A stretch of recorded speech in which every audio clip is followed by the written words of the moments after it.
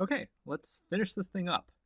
So you were thinking about this second half of the graph, and when we were looking at the first derivative, hopefully you noticed that on this section, f is decreasing, and so the first derivative here is negative, and on this stretch, the function is increasing, so the first derivative is going to be positive on that stretch.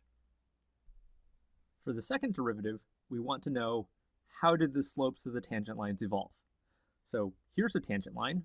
It has a negative slope. Then we get one whose slope is not so negative. Then here's one with a zero slope, then a positive slope, then a greater positive slope. So the slopes increase as we go from one tangent line to the next. This graph is bending upwards.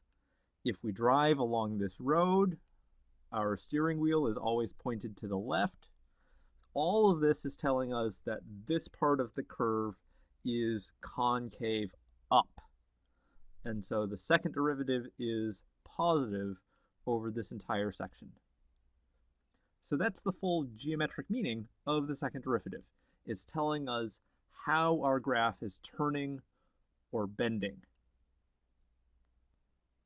Let's work out a numerical example to see how this can help us.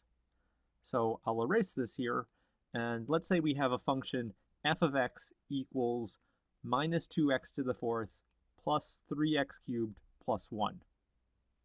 And we want to know, what does the graph of f look like near the point x equals 1?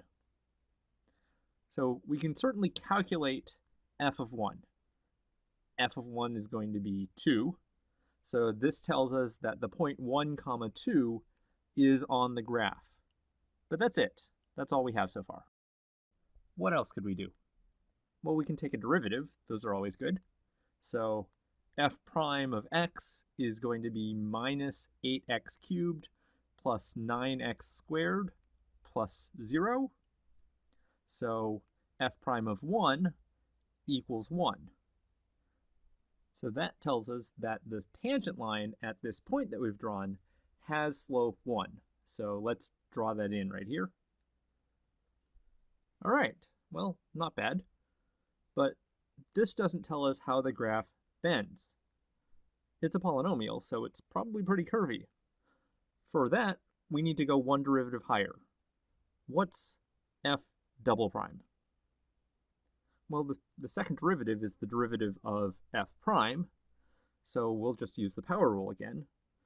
So the minus 8x cubed will give us minus 24x squared, and the 9x squared gives plus 18x for its derivative.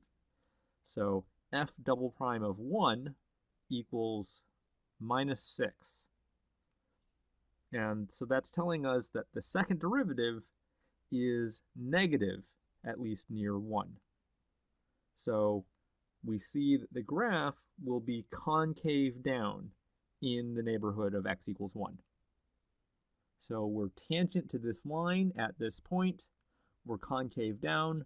That means the graph is going to look something like this. And there we have it. So hopefully that gives you an idea of how the second derivative helps us think about the graph of a function.